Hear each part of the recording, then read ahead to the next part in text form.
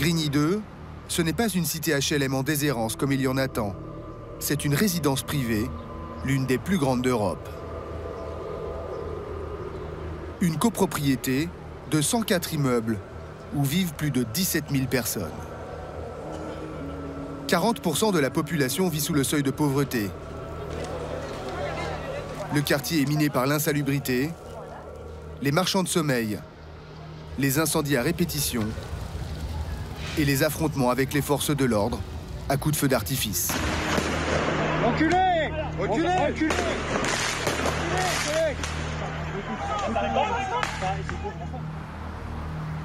Construit dans les années 70, Grigny 2 était présenté à l'époque comme le paradis des cadres. Sur ses publicités, on vantait le confort des privilégiés à la portée de tous. Une résidence de luxe avec une base de loisirs au milieu de la nature. De quoi séduire la classe moyenne qui veut accéder à la propriété. Eh bien, nous, notre appartement nous a coûté...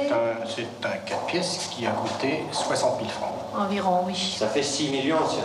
Oui. Mais au fil des années, comme dans la plupart des grands ensembles, les plus aisés s'en vont, remplacés par des populations toujours plus pauvres, issues notamment de l'immigration. Retranchés dans l'appartement, notre équipe de tournage est attendue en bas de l'immeuble.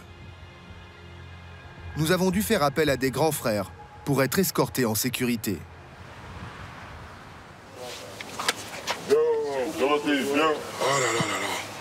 Nous les avions rencontrés quelques jours plus tôt. Brian, Ibrahim et ses amis ont moins de 30 ans. Ils ont tous grandi ici. Là, il y a l'ancien, là. Là, il y a l'ancien, nous a vu grandir aussi. Moi, je suis l'ancien du game. Avec un mignon garçon. Voilà. Là, c'est un ancien. On est des voyous, mais convertis. Voilà, il est converti. Il a fait les 400 coups. Mais oui. On est des gentils à Grigny, il n'y a pas que des méchants. Hein? Allez, bébé, fais un sourire. Bonne continuation. Tous disent travailler en intérim, mais reconnaissent pour certains avoir fait des séjours en prison. Selon eux, le trafic de drogue s'est développé à cause du délabrement du quartier, et non l'inverse. Les gens, ils en ont marre de vivre dans la misère. Voilà pourquoi il y a le trafic de stupes. Parce que les gens, ils en ont marre de vivre dans la misère. Ici à Grigny, il y en a plein qui sont diplômés. Et ils n'ont même pas de travail. Ils n'ont rien. Les mecs, tous les jours, ils se lèvent, ils sont là, on se voit tous au même endroit. Vous croyez que ça donne pas la haine, ça? Ça donne la rage. Je comprends les voisins qui disent que, voilà. Mais moi, ça me ferait pas plaisir d'avoir un dealer en bas de chez moi. Vous voyez ces chers policiers-là, bah ça, c'est notre quotidien tous les jours. Hein. C'est comme ça. Hein. Donc là, c'est parti pour les contrôles, les trucs, tout le tralala. La police a reçu des renforts cet été et intervient maintenant presque tous les jours. Régulièrement, les jeunes affrontent les forces de l'ordre à coups de mortier.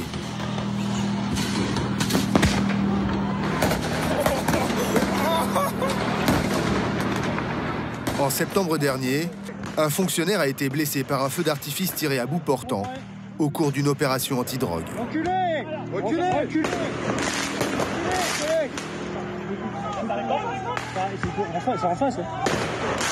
C'est des collègues. Les collègues, ils arrivent. Brian et ses amis disent ne pas participer à ces affrontements. Mais pour eux, cette colère est compréhensible. Ils se sentent abandonnés et pour nous en convaincre, ils nous font la visite du quartier. Voilà, c'est comme ça. Ça faisait longtemps que je n'étais pas venu ici. Allez, encore là, cette girafe. Regardez ce parc. On était petits, on essayait de grimper dessus.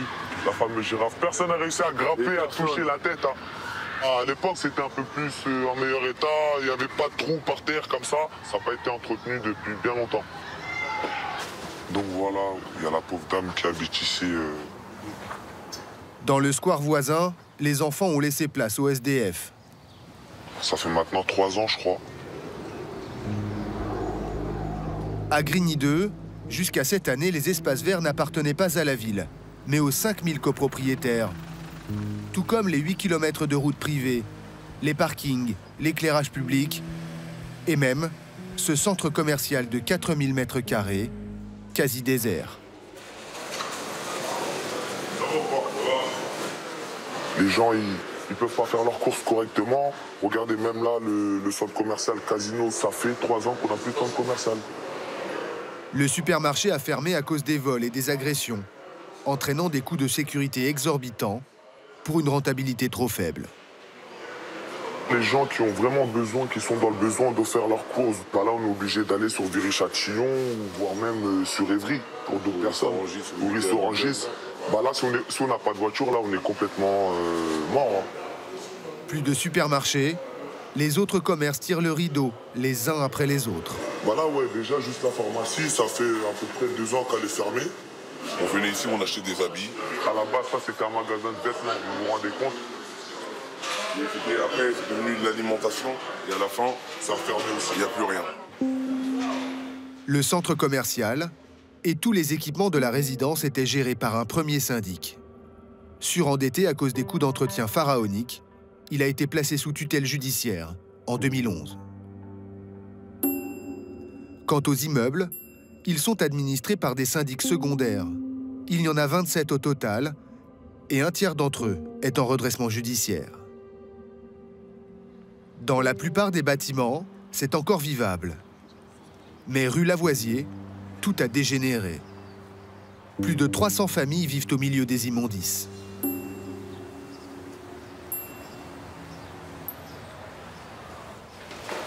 Il n'y a plus de gardien depuis 2 ans. C'est le chaos selon Nadia, une des propriétaires. Tous les matins, c'est le même rituel. On essaye de se faufiler entre les déchets. On a beau demander à ce que ça soit régulièrement ramassé, entretenu, mais on parle à un mur. Hop. Ouais, c'est vraiment, vraiment crade. Alors, ça arrive des fois que des rats se retrouvent au plafond, au-dessus de nos têtes. Bon, là aussi, hein, c'est devenu notre quotidien. Des rats aussi qui traversent les couloirs de placard en placard. Ça aussi, c'est notre quotidien. Bonjour, madame. Bonjour. On peut rentrer, madame? Oui, allez-y. Oui. Merci. Nadia nous présente sa voisine. Bonjour, monsieur. C'est la dernière habitante du rez-de-chaussée.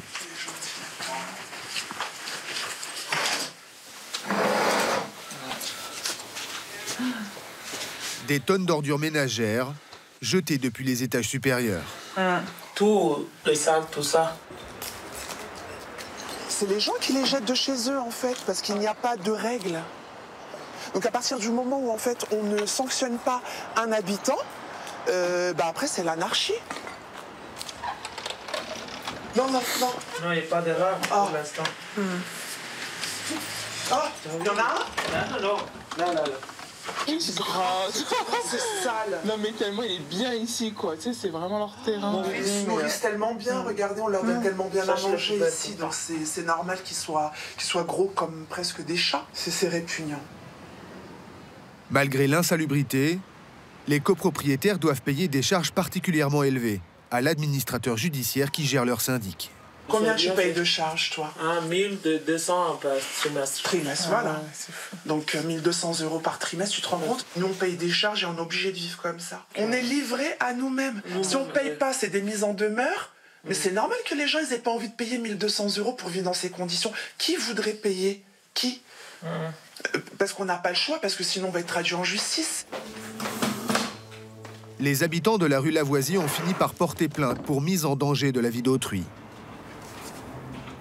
Entre les syndics et les copropriétaires, la guerre est déclarée.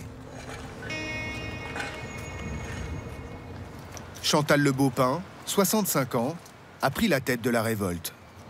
Les syndics ont totalement déserté les copropriétés. Et la nôtre, là, elle est en désert de plus en plus. Et c'est pour ça que je me bats pour ne pas arriver là. Moi, j'ai pas acheté ça. J'ai acheté une résidence dans laquelle j'avais une vue de dingue, magnifique, à 30 km de Paris. Et en 2 ans, je vois que ça se casse la gueule. Je ne peux pas supporter ça. Éducatrice à la retraite, Chantal a créé une association de copropriétaires. 2 fois par semaine, elle tient une permanence pour aider les habitants à se défendre contre leur syndic. Alors, voilà le courrier que je vous ai fait. Dites-moi ce que vous en pensez. Dans l'immeuble de ce retraité d'origine égyptienne, les canalisations sont bouchées depuis des années, faute de travaux. Le syndic ferait la sourde oreille. Ça, c'est le fluide du lavabo de ma cousine. C'est sorti huile, graisse, de l'eau sale. C'est presque 10 cm chez moi. Les canalisations refoulent dans l'appartement. En un an, il a fait 5 déclarations de sinistre et l'assurance a décidé de stopper son contrat. Et surtout, il n'arrive pas à résoudre ces sinistres avec le syndic qui ne répond pas, qui ne répond même pas à l'assurance. Voilà. Malgré ces carences, les charges ont augmenté de 40% en 3 ans dans certains immeubles. C'est fort. Allez les filles, à vous. Notamment dans celui de ces 2 mères de famille. Avec les filles et puis, alors, là, il va falloir s'accrocher avec... Parce que nous, on a mis du mal à comprendre. Hein. On a mis du temps à comprendre. Et pourtant, on n'est pas bête. Hein. On est plutôt au-dessus du panier. Hein. Chantal soupçonne les syndics de gonfler les charges sans l'accord des copropriétaires. Tu sais qu'en Assemblée Générale, on vote un pourcentage sur les appels de fonds de travaux. C'est 5% du budget global. Au lieu de prendre 5%, il a pris le double. Et ben, ça fait environ 36 000 ou 38 000 euros pour l'année. Évidemment, nous nous étions rendus compte. L'avocate lui a fait des courriers recommandés. Il ne nous a pas répondu. Il ne nous a pas remboursé. Et il continue. Le but du jeu, c'est moi, je suis là pour gagner du fric. Et j'ai en face de moi des gens qui sont... bien souvent de langue étrangère, qui ne regardent pas les comptes, qui sont en difficulté financière, qui ont peur, et donc ils ne regardent pas, et puis voilà. De leur côté, les syndics prétendent que les responsables du chaos, ce sont les copropriétaires qui ne paient pas leurs charges, montant des impayés 29 millions d'euros. Des syndics injoignables pour les habitants, comme pour nous journalistes, du moins pour l'instant. Ce matin, le préfet Alain Buquet a décidé de prendre les choses en main. Monsieur le maire, ravi de vous accueillir à la préfecture. À ses côtés, le maire de Grigny, Philippe Riot, très remonté contre les syndics. L'État a décidé d'investir un demi-milliard d'euros sur 10 ans pour sauver Grigny 2, dont 20 millions d'euros de subventions pour les syndics dès cette année, afin qu'ils réalisent des travaux d'urgence. Le directeur d'un des plus gros syndics de la résidence a été convoqué.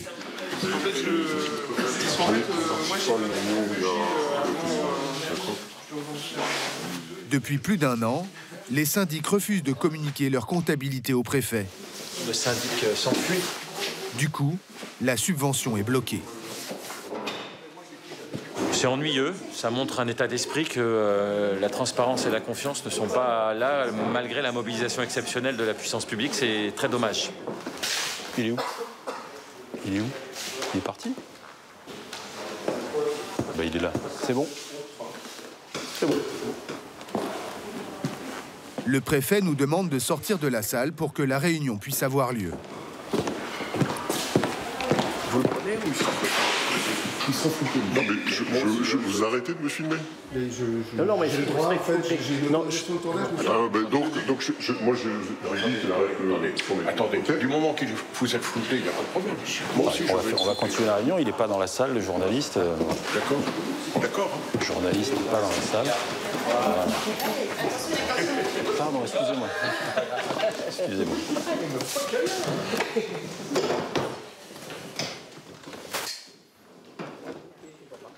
Avec l'accord du préfet, nous filmons à travers les vitres. Voilà, maintenant des chèques en blanc, on ne fait pas. J'imagine qu'en tant que contribuable, vous le comprenez, à partir du moment où on engage de l'argent public, on n'arrose pas le sable. Hein. Il faut qu'on soit parfaitement au clair sur la situation financière, sur les comptes. Voilà.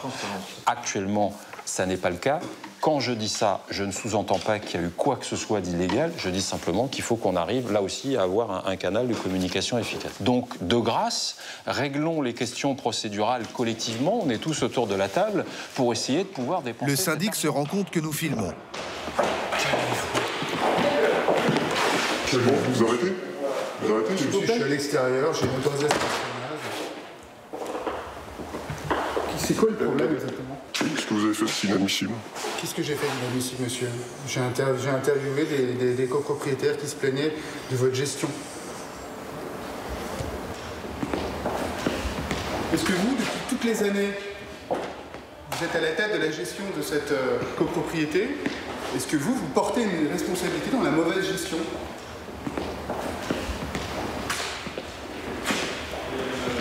Vous préférez donc jouer avec moi plutôt que d'assister à la réunion ou de répondre à mes questions? J'aurais besoin de vous pour l'aide à la gestion. J'ai besoin de vous pour l'aide à la gestion. En France, le journalisme n'est pas placé sous l'autorité de l'État, je m'en réjouis. Après cette réunion, à plusieurs reprises, nous avons proposé au syndic de s'exprimer. Il ne nous a jamais répondu. Finalement, un seul syndic refusera de fournir ses pièces comptables. Le préfet soupçonne des malversations.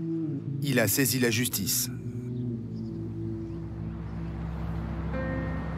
Pour l'État, il y a urgence, car plus le quartier se dégrade, plus il attire les marchands de sommeil. Ils rachètent en masse des appartements qui ne valent plus rien. Lamine Camara et Mathieu Morosini sont chargés par la ville de repérer les appartements suroccupés, récolter les témoignages des locataires et poursuivre en justice les bailleurs indélicats. C'est vrai que les gens, ils ont toujours un petit peu peur de parler parce qu'il y a certains bailleurs qui ne sont pas tendres et qui n'hésitent pas à mettre les gens dehors. Dans leur collimateur, un homme qui possède 40 appartements à Grigny 2. Notamment ce 5 pièces de 90 mètres carrés divisé en 5 logements. Bonjour madame, comment ça va? Cette femme de 50 ans vit avec ses 2 enfants dans ce qui était à l'origine le salon de l'appartement. Vous pouvez nous expliquer un peu comment ça se passe la vie dans le logement? Vous habitez là? Montrez-nous aussi la chambre. Parce que du coup, ça, c'est votre chambre également. C'est moi-même qui l'a coupé ici. Ok. Oui. C'est vous qui avez mis la cloison? Voilà, c'est moi-même qui l'a coupé ici. Oh là, il y a de la fumée là. Oui. Ok. Effectivement, c'est un peu encombré. Oui. Top. Loyer mensuel, 610 € pour 20 mètres carrés. Vous êtes 3 dans cet espace. Oui. Et donc, comment ça se passe un petit peu dans l'appartement, madame? Les 4 autres chambres, plus petites, sont louées 400 € chacune. C'est une personne ici. Ouais. Ici, c'est 2 personnes. Ok. Ils sont partis. À ce prix-là, l'électricité est comprise. Et encore, elle est minutée dans les parties communes. Ici, c'est une personne. Avant, c'est 2 personnes, mais l'autre là, il est parti. Au côté ici, une personne. Ils gagnent ici en tout 5. 5 plus vous, ici, à l'entrée, 3. Ah, voilà, à l'entrée, aujourd'hui, on est 8. 3. Donc, c'est 8. Ils sont 8 à partager cette cuisine infestée de cafards et cette petite salle de bain. Mathieu prend contact avec les autres locataires. Bonjour monsieur. Excusez-moi de déranger, ville de Grigny. Cet homme est arrivé il y a quelques mois en France. Pour la ville de Grigny, sur les problèmes. Les sans-papiers, très nombreux à Grigny 2, n'ont souvent pas d'autre choix que de faire appel aux marchands de sommeil. On sait que souvent ça peut être un peu compliqué pour les gens de vivre dans les logements de monsieur. On est ici, c'est pas notre souhait, mais c'est parce qu'on n'a pas les moyens. On ne sait pas où il faut trouver mieux que ça. Ils nous rendent service. Parce que moi, personnellement, avant de dormir ici, je dormais dehors. Après, vous dites qu'ils vous rendent service, mais les conditions de vie dans lesquelles vous vivez, et j'entends que vous ne pouvez pas vous loger ailleurs et que c'est compliqué, mais c'est pas normal. Vous savez combien il a d'appartements, monsieur? Non, je connais pas. Il en a 40 sur Grigny 2. Oui, il vous rend service, mais il prend un peu d'argent quand même derrière. Mais le jeu de monsieur de vous mettre un appartement parce qu'il sait que vous êtes en précarité et il sait que vous n'avez pas d'autre solution, ça, c'est la définition d'un marchand de sommeil. C'est de profiter de votre vulnérabilité pour vous mettre à disposition un logement pas terrible. Et on peut juste rentrer dans la chambre ou pas.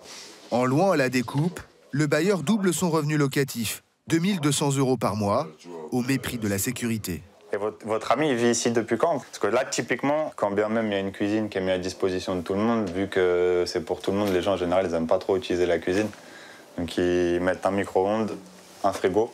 Et souvent, on voit les fils électriques, ça crée une surcharge électrique et c'était à l'origine de 2 incendies.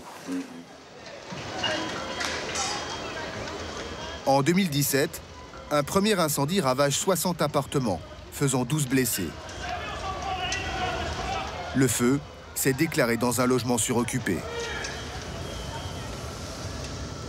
En 2019, ça brûle de nouveau dans le même immeuble. Le 3e incendie a eu lieu en septembre dernier, là encore, à cause d'une surcharge électrique. Aujourd'hui, 20% des appartements à Grigny 2 seraient suroccupés. Mais la lutte contre les marchands de sommeil est particulièrement difficile, car les bailleurs indélicats savent jouer avec les limites de la loi.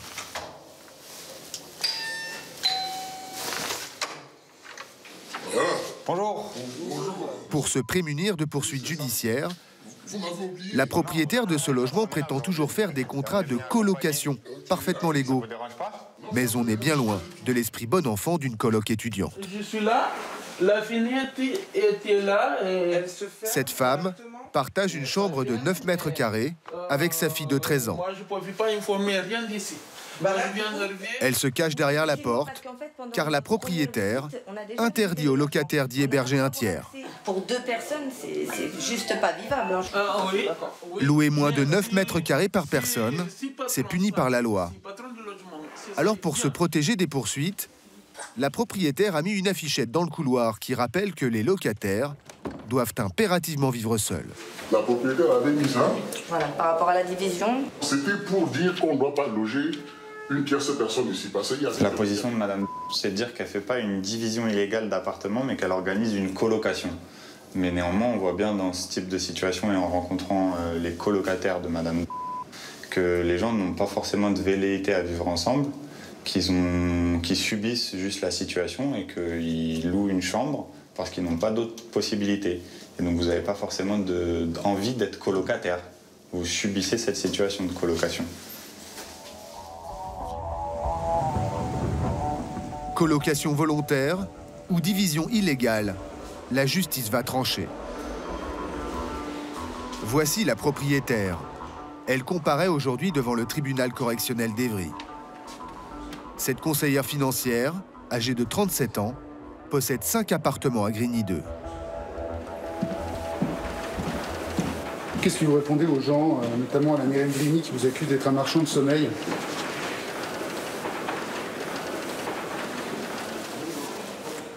Le maire est présent à l'audience, car la ville s'est portée partie civile.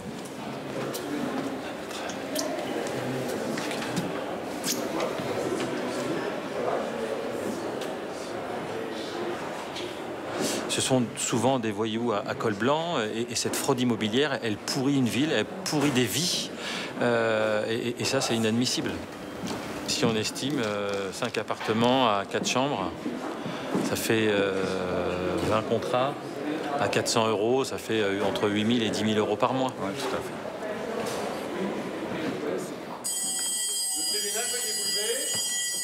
À l'issue de cette audience, la propriétaire est condamnée à 6 mois de prison avec sursis et 2 000 € d'amende. Elle a fait appel. Son avocat prétend que sa cliente était elle aussi étranglée par les charges. Elle n'aurait pas eu d'autre choix que de multiplier les locataires. Ce que je comprends pas, c'est que si c'était pas rentable, pourquoi madame a acheté 5 appartements? Pourquoi les a-t-elle divisés? Je vais vous accompagner vers un endroit. Ici, vous regardez sur ce mur-là, on a un certain nombre de ce qu'on appelle de cadeaux un petit peu empoisonnés, à savoir des biens qui sont vendus à très bas prix, avec un prix attractif. Sur ce panneau, les ventes aux enchères d'appartements de Grigny 2. Des annonces alléchantes comme ce 4 pièces, proposé à 5 000 €. Pour éviter qu'il ne tombe entre les mains d'autres marchands de sommeil, l'État rachète un à un des centaines d'appartements. Une partie d'entre eux sera transformée en logements sociaux. Dans la résidence, les premiers travaux ont démarré. L'entretien des routes et des espaces verts a été confié aux collectivités locales. L'urgence, enlever les ordures au pied des immeubles. C'est la ville de Grigny qui s'en charge. L'opération va durer 10 jours.